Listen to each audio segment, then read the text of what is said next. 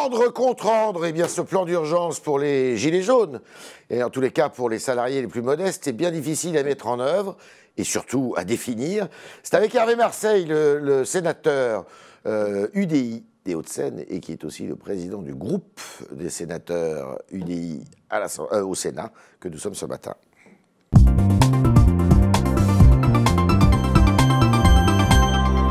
Si on veut finasser, c'est le groupe Union Centriste. Hervé Marseille, bonjour. Bonjour. Alors, vous comprenez la cacophonie là au sein du gouvernement? Alors, sur les 100 € pour les smicards, ça n'a pas l'air très clair. Les mesures pour les automobilistes, on revient dessus ou pas, celle qui avait été annoncée il y a un mois. La non-désocialisation des heures sup par les entreprises, pour les entreprises. L'organisation du débat national, ça flotte, hein, il y a du flottement. Flottement, cacophonie, la situation... bazar, chienlit. Oui, enfin on peut dire tout ça, tout a été dit déjà. Ouais. Donc il y avait des mesures déjà à prendre. Ouais. Le gouvernement enfin les a prises, mieux vaut tard que jamais. Ouais. Donc on ne va pas lui reprocher de les prendre. Et après il y a la tuyauterie. Voilà, tout ça est fait un peu dans la précipitation. Les technos s'en mêlent. Le président dit on donne 100 € aux gens qui touchent le SMIC. Et dans la réalité, ça ne sera pas ça. Parce qu'en plus c'est par foyer, c'est compliqué. C'est compliqué, ça passe par la prime d'activité. Arros sur les technos. Oui, il faut quand même que le politique reprenne le dessus, quoi. On voit bien, c'est quand même nécessaire. Donc, il faut en plus que le gouvernement explique ce qu'il va faire. Parce que le président a dit des choses, maintenant le gouvernement doit agir. Alors, prenons deux choses. Vous qui connaissez bien la machine, c'est possible que les technocrates soient aussi un obstacle tel? Écoutez, on nous avait dit, on met des collaborateurs qui sont identiques, qu'ils vont partager entre l'Élysée et Matignon. C'était plutôt une source de cohérence. Bon, on voit qu'à l'évidence, je ne sais pas comment il fonctionne, mais en tous les cas, ça ne marche pas terrible. Et ce qui n'est pas terrible non plus, c'est qu'on annonce à 1 heure de distance, ordre contre ordre, et stop ou encore. À un moment donné, il faut que les Français sachent quelles sont les décisions, ce à quoi ils ont droit, et quel va être le régime fiscal dans l'année qui vient. Vous parliez de cap. Il n'est pas clair, le cap? Le cap, c'est de mettre fin à la crise. Le cap, il est tout sauf clair. Le cap, c'était celui qu'avait fixé le président de la République après l'élection présidentielle, puis au Congrès, au mois de juillet dernier. Il y avait la déclaration de politique générale, et puis entre-temps, il y a eu les Gilets jaunes. Libérer, protéger, unir. Voilà. Donc maintenant, le gouvernement, il est face aux Gilets jaunes, on lui a dit de prendre des mesures, il a tardé à le faire, ça coûte cher, il les prend enfin. Maintenant, il va falloir les expliquer. D'accord. Là-dessus, il y a les policiers, j'avais oublié, il faut payer les arriérés d'heures sup? À l'évidence, à partir du moment où on ouvre le portefeuille. Les fonctionnaires... C'est pas Macron, hein, ça fait 15 ans que ça dure. Les fonctionnaires, il n'y a pas de raison qui... Non mais attendez, c'est quand même un bazar depuis 15 ans dans ce pays, là, on a l'impression. Oui. Qu'est-ce que vous avez fait? Vous n'étiez pas au gouvernement, mais attendez. Mais vous avez parfaitement raison. Tout le monde est dans le même sac, finalement. Non, on le voit bien dans les sondages, d'ailleurs. Hein. Oui. On le voit bien dans les sondages.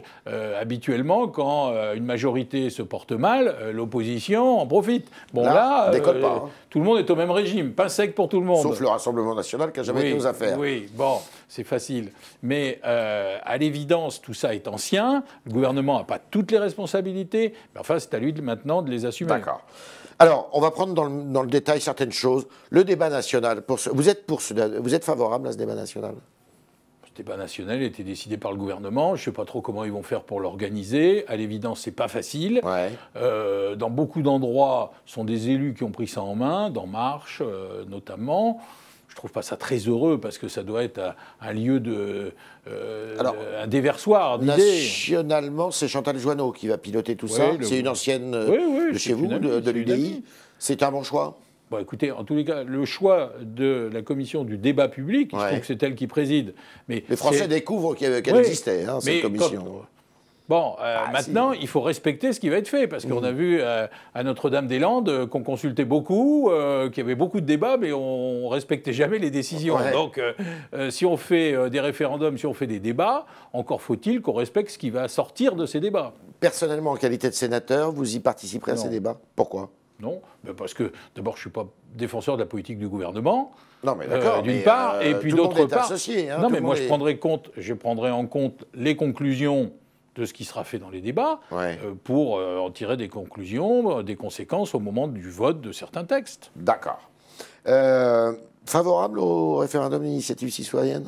Ça existe déjà, ça s'appelle le référendum d'initiative partagée. Oui, mais là, bon. Il y a 185 sénateurs et députés et qui sont associés, 4 millions et demi. C'est excessif. Les Gilets jaunes, ils ne demandent pas ça. Hein. C'est excessif. Ils demandent carrément 70 000 citoyens, c'est tout. Ils ne veulent pas de vous, d'ailleurs. Entre verrouiller le dispositif, comme c'est un peu le cas dans la Constitution... Trop verrouillé. C'est trop verrouillé, on l'a vu, mais ça existe, ça a le mérite d'exister. Au d'exister. terme d'une réforme déjà de 2008. Hein. Sarkozy. Donc, c'est trop. Ouais. Il faut revoir ça. Il faut voir... La vérité dans le milieu, alors. Oui, on peut diviser par deux. Ouais, c'est très centriste. C'est très centriste. Et voir dans quel domaine, parce qu'on ne peut pas toucher à tout, on ne peut pas faire des référendums sur tout.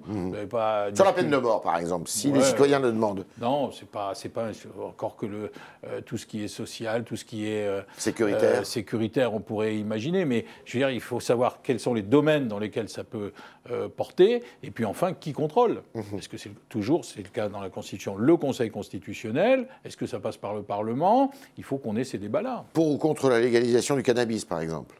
Oui, pourquoi pas. Oui. C'est un fait social. Oui, bon, moi, je ne suis pas spécialement pour, mais bon, voilà. Alors, est-ce que vous voterez le paquet de mesures d'urgence, cette fois? Là, aujourd'hui, vous allez voter le budget. Vous allez le voter? Non. Parce qu'on ne va pas le voter. On vote un budget et on annonce déjà des mesures d'urgence qu'on va voter vendredi, ce qui fait un trou d'environ entre 10 et 15 milliards dans le budget. Ouais. Donc on ne va pas voter un budget aussi déstructuré. Donc qu'est-ce qu'on va faire? Question préalable, on renvoie, puis voilà. Abstention? On renvoie, question préalable. D'accord. Le paquet de mesures d'urgence, c'est vendredi. Oui, on vote. Vous êtes obligé de venir au Sénat vendredi. Vous êtes dans les Hauts-de-Seine, c'est pas ça loin. va, Mais alors, on vote. Vous votez? Bah oui, on a demandé ces mesures, le gouvernement les prend. C'est pas tout à fait ce qu'on aurait fait, ça va coûter cher, on aurait pu en discuter. Bon, mais il y a urgence. Donc on ne va pas reprocher au gouvernement de prendre ces mesures, on les vote. Le gouvernement obtiendra une majorité au Sénat? Oui. Y compris chez vos camarades LR? Oui. D'accord. Comment vous expliquez comment sortir de ce malaise social, plutôt? C'est jamais simple. Pour en sortir, il faut d'abord se l'expliquer. Oui, il faut déjà l'expliquer. Il a beaucoup de responsabilités, Macron, là-dedans. Il a une part. Il n'est pas, encore une fois, c'est une affaire qui est ancienne. Hein, ça gronde depuis longtemps. Voilà, ça a beaucoup mijoté. Puis d'un seul coup, il y a eu des mesures qui ont fait péter le système, si vous me permettez l'expression. Les 80 km/h, la hausse du carburant.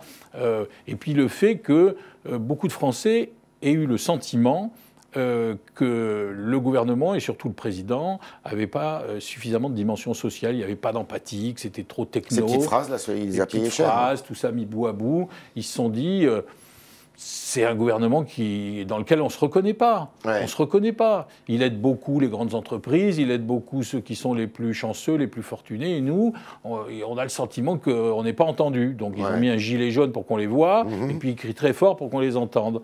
Alors maintenant, il faut prendre des mesures, et il faut que le gouvernement prenne la dimension de ce malaise social. Je crois qu'il a commencé à le faire. C'est la suite du dégagisme, là. Hein. Oui.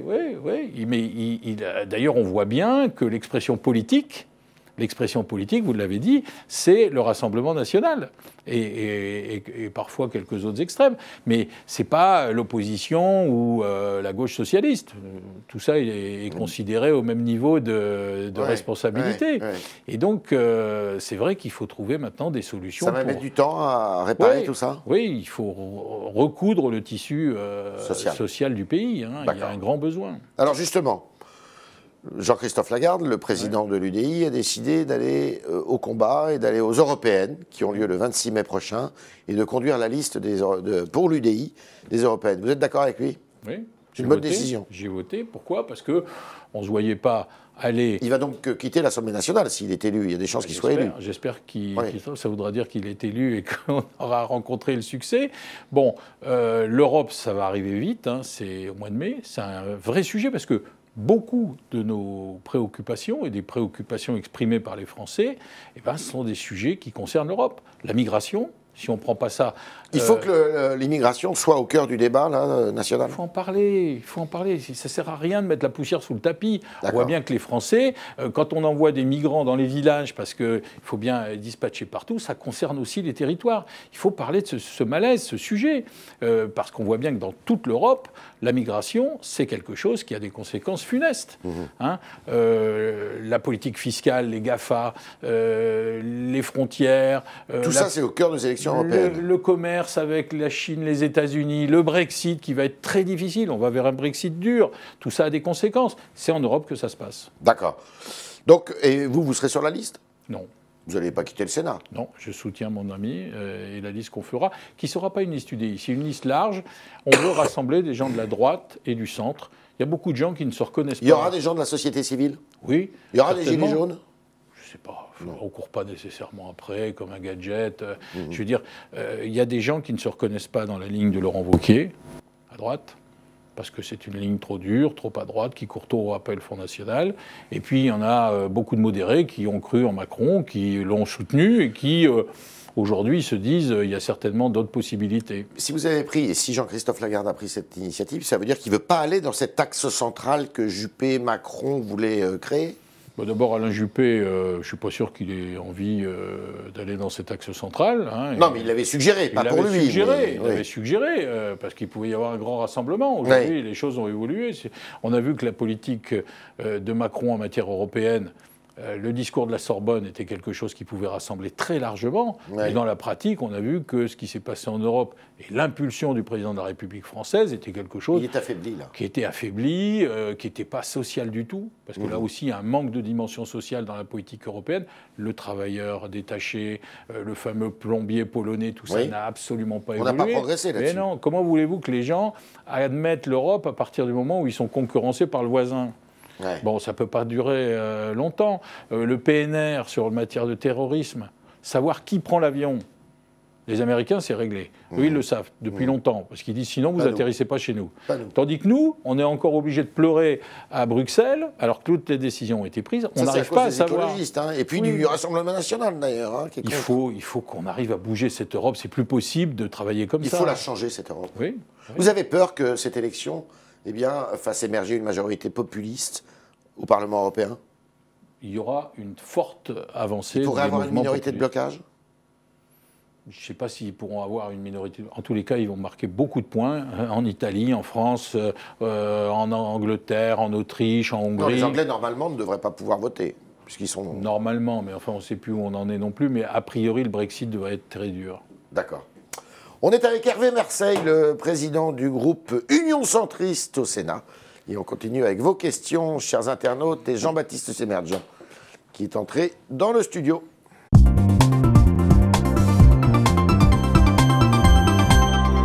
Bonjour Jean-Baptiste. Bonjour Yves, bonjour Hervé Marseille. Une première question de GEM. Selon GEM, votre discours sur l'Europe est très proche de celui d'Emmanuel Macron. Vous êtes d'accord?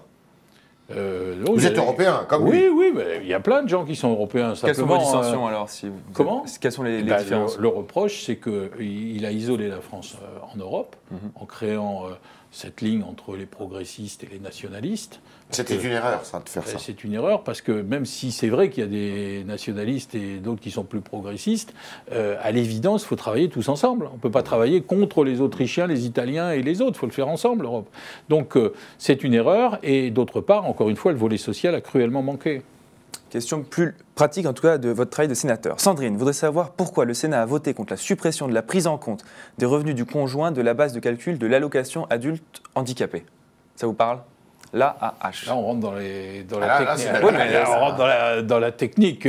C'est pas si technique, c'est la vie de personnes handicapées. Oui, je pense que c'est l'inverse. On avait remis au Sénat, c'est l'Assemblée nationale qui avait supprimé ça, et nous, on l'avait remis au Sénat. Alors, c'était une proposition de la sénatrice communiste Laurence Cohen, et ça a été refusé par LR et En Marche, à la majorité au Sénat. Oui, non, mais le dispositif d'aide aux handicapés dans le budget, c'était l'Assemblée qui l'a refusé, et nous qui l'avons remis au Sénat. Troisième question, Monique. Monique trouve que l'on ne réduit pas assez vite les dépenses structurelles de l'État. Vous êtes d'accord? Oui. C'est vraiment le problème, ça, la dépense publique? On en parle depuis longtemps. On a 2200 milliards de dettes. Alors, là, vous savez ce que disent certains. Il y a une schizophrénie, notamment chez les Gilets jaunes, c'est-à-dire qu'ils veulent moins d'impôts, mais plus de services publics. Mais il faut. On n'a pas le choix. 2200 milliards de dettes. Là, on vient de dépasser les 100 milliards de déficit avec toutes les mesures qui ont été prises. On a dépassé pour la première fois 100 milliards de déficit pour alimenter encore la dette. Si on ne fait pas d'économie, je ne sais pas comment ce pays va être dans quelques années. On a dépassé les 100 milliards de déficit. De déficit, pardon. D'accord. De déficit et qui vont alimenter la dette. Donc si on ne prend pas des mesures très fortes dans les années qui viennent, je ne sais pas comment sera notre pays dans quelques années.